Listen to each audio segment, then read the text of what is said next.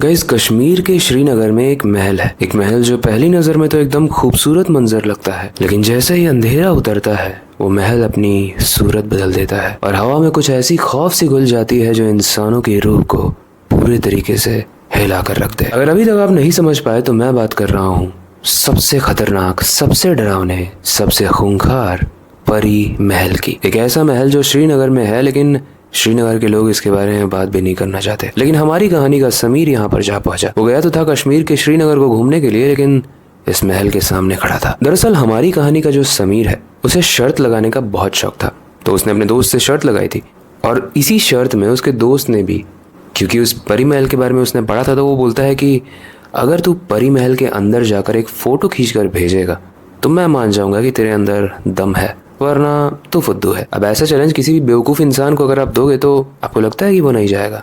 हमारी कहानी का समीर भी कुछ ऐसा ही था, जो मानता तो था कि वो स्मार्ट है, लेकिन था वो बेवकूफ़। और वैसे भी जब उसने इस महल के बारे में सुना तो उसे लगा कि महल ही तो है, टूटी फूटी बिल्डिंग होगी, पुराना दिखता होगा, लेकिन क्या ही उखाड़ लेगा मेरा। एक फ़ोटो भेजूंगा तो मेरी लेवल सेट हो जाएगी मेरे दोस्त के सामने, और फिर मैं फ्लेक्स करूंगा सबको जाके कि देखो मैंने चैलेंज कंप्लीट कर लिया। लेकिन जब समीर उस महल के अंदर जाता है तो उसे ऐसी चीजें महसूस होती हैं जिसके बाद उसे ऐसा लगता है कि इस महल के अंदर मौत आने से भी डरेगी। लेकिन ऐसा क्या हुआ और क्या स्टोरी है इस महल की जिसकी वजह से वो इतना खतरनाक बन गया और इतना इनफेमस हो गया, वो जानेंगे आज की स्टोरी में। लेकिन उससे पहले हेलो गाइस, हॉरर स्टोरीज।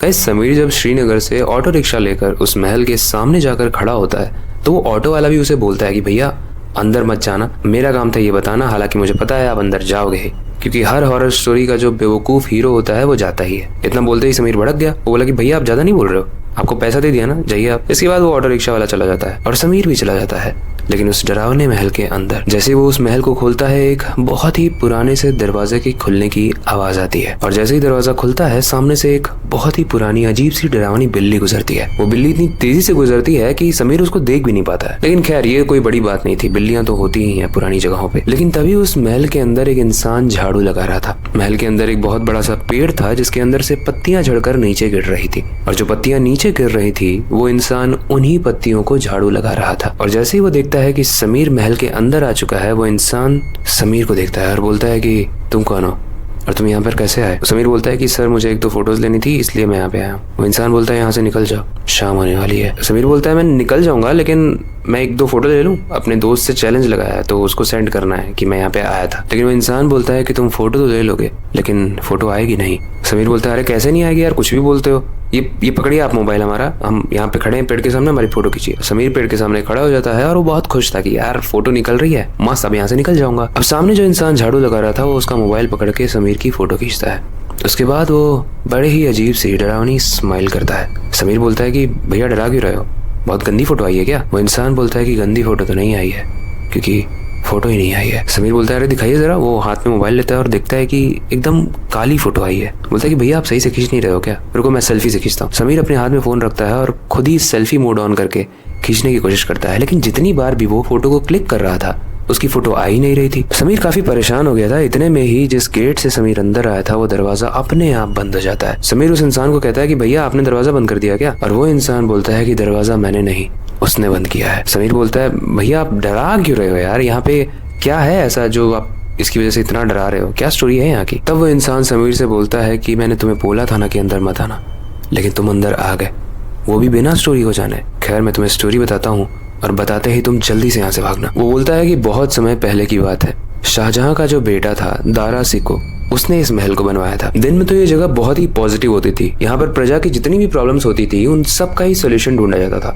चाहे वो एस्ट्रोलॉजी से हो, साइंस से हो या फिर ब्लैक मैजिक से हो। और इस बैक स्टोरी में भी एक ट्विस्ट है। हमने औरंगजेब के बारे में पढ़ा है, कितना खूंखार राजा था, तो इस कहानी में उसका कनेक्शन ये है कि जब औरंगजेब दारा सिको का मर्डर करवा देता है, कत्ल करवा देता है, तो यहाँ से कहानी में एक ट्विस्ट आता है। दरअसल बात यह है कि ये जो शाहजहां का बेटा दारा सिको था ये राजा बनने वाला था, लेकिन औरंगजेब को सत्ता की कितनी भूख थी वो तो हमने इतिहास में पढ़ा ही है, उसने अपने बाप तक को नहीं छोड़ा था, तो ये तो कौन ही था उसके लिए। एक दिन औरंगजेब दारा सिको को पार्टी में बुलाता है, ये बोल के कि आज मेरा जन्मदिन है, आ जाओ। दारा सिको खुशी खुशी चला जाता है क्योंकि औरंगजेब काफी फेमस था, सब लोग उसको जानते थे। और दारा सिको जब उसके सामने बैठा हुआ था तो वो उसकी प्रशंसा भी कर रहा था कि आप काफी काबिल राजा हैं, और बहुत सारी बातें हो रही थी। लेकिन धीरे धीरे दारा सिको फेंट होने लगा, वो बेहोश होने लगा। उसके बाद लेट कर उसके मुंह से झाग निकलने लगा और आसपास के लोग समझ गए कि औरंगजेब ने इसे जहर दे दिया। लेकिन गाइस, कहानी यहाँ पर खत्म नहीं हुई, क्योंकि उसके बाद जहाँ पर दारा सिको रहता था, यानी ये जो परी महल था, ये खाली कर दिया गया, या फिर शायद लोगों की नजर में ये खाली था,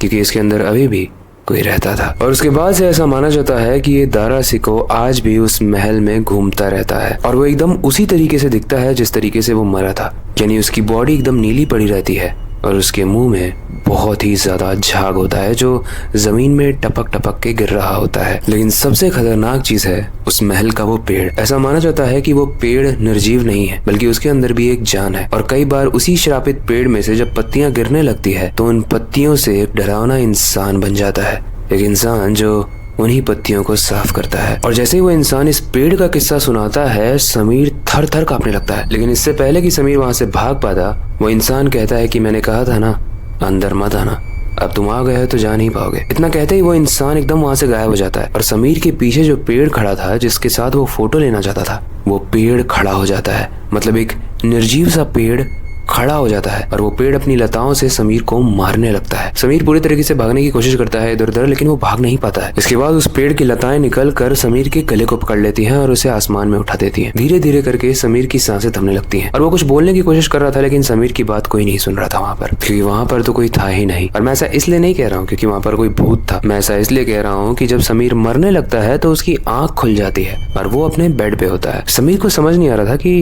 इतना डरावना सपना उसने देखा। अभी वो अपने दोस्त को कॉल करता है ये चेक करने के लिए कि क्या ये चैलेंज उसने सच में दिया था और क्या वो वहाँ पे गया था। वो अपने दोस्त को कॉल करने की कोशिश कर रहा है, लेकिन उसका दोस्त कॉल नहीं उठाता है। चलते चलते टेंशन में आके वो वापस अपने दोस्त को कॉल करने का ट्राई कर रहा है, तभी वो अपने रूम के शीशे के सामने आ जाता है, और उसके बाद वो जो देखता है, वो देखने के बाद वो थर थर कांपने लगता है, क्योंकि उसके गले पर ठीक वही निशान थे जैसा उसने सपने में देखा था, यानी पेड़ की लताओं के निशान जिसने उसके गले को पकड़कर उसे ऊपर उठाया था। मैंने इस चीज को देखने के बाद समीर समझ गया कि ये कोई मजाक नहीं था, बल्कि ये डेस्टिनी थी, ये उसकी किस्मत थी जिसकी वजह से वो बच गया। उसके बाद उसके दोस्त का कॉल आता है और वो बोलता है कि समीर तू ठीक तो है ना। समीर बोलता है कि भाई तू एक चीज़ कन्फर्म कर देगा कि तूने कोई मुझे चैलेंज दिया था और मैं कहीं गया था क्या, श्रीनगर या ऐसी जगह पे। उस फोन के अंदर से आवाज़ आती है, चैलेंज मैंने नहीं दिया था, लेकिन जिसने तेरा गला पकड़ा था वो मैं ही था। ये चीज़ बोलने के बाद फ़ोन कट जाता है और समीर समझ नहीं पाता है कि ये क्या था। उसका दोस्त उसे डराने की कोशिश कर रहा है। उसके बाद से गाइस ऐसा माना जाता है कि समीर की मानसिक स्थिति पूरे तरीके से बिगड़ गई, और यही होता है जब हम ऐसी फालतू जगहों पर जाते हैं। गाइस परी महल आज भी एक टूरिस्ट स्पॉट है, वहाँ पर लोग जाते हैं। कई बार लोग घूमने के लिए जाते हैं और कई बार हमारे कहानी के समीर की तरह चैलेंज को एक्सेप्ट करने के लिए। लेकिन प्रॉब्लम यह है कि वहाँ पर किसी को अपनी फोटो नहीं मिलती है, और जो भी वहाँ पर जाता है उसे कहा जाता है कि उस आंगन वाले पेड़ से जरूर दूर रहना, क्योंकि अगर वो तुम्हारे करीब आ गया तो तुम बच नहीं पाओगे। गाइस जब मैंने इस परी महल के बारे में और पढ़ा ना, तो मुझे पता चला कि इसमें कुछ ऐसी पेंटिंग्स भी हैं जो आपको उन पेंटिंग्स के अंदर ही खींच लेती हैं।